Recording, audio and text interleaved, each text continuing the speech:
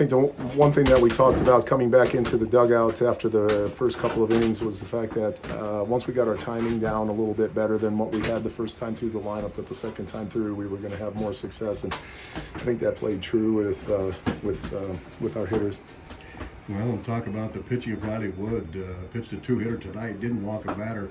Didn't have a lot of strikeouts, but the defense played well behind her.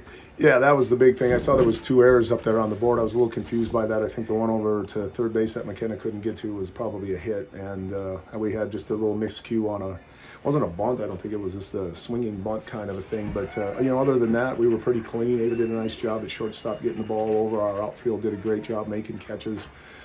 Both Claire and Maddie in left and right had balls hit over their head that they went and took care of. So I thought those were 2 very nice plays that could have turned the game around a little bit when you start to turn it into a track meet on the infield. So, all in all, I thought it was a good effort.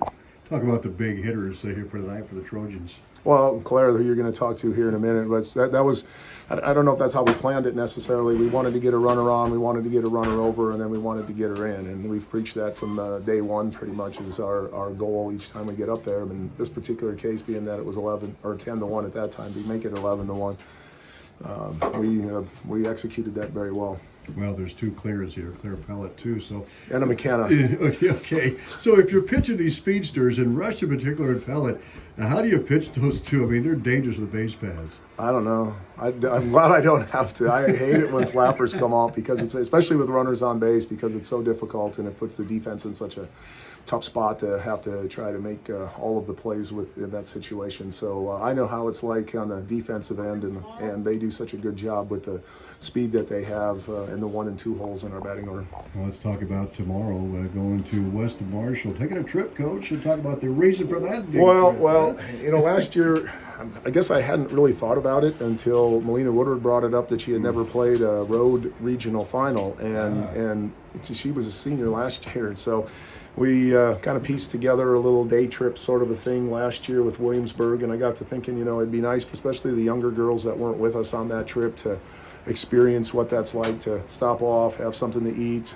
We were going to go axe throwing, and then we thought that was a little bit dangerous, but we're going to stop and watch a movie again and just kind of relax a little bit. Again, it's kind of like something that we do on the weekends with a little team bonding sort of a thing, and it really comes at the perfect time in the season because we don't play again until the following Wednesday. Yeah. So we'll take a few days off and let them get away from softball for a while, spend some time with their families, and then get stuff back on the practice field on Tuesday and Wednesday. We play trainer here. You bet. And of course, postseason right around the corner. We'll see those pairings coming out soon. Coach, congrats on the great win tonight. Thanks, Tom.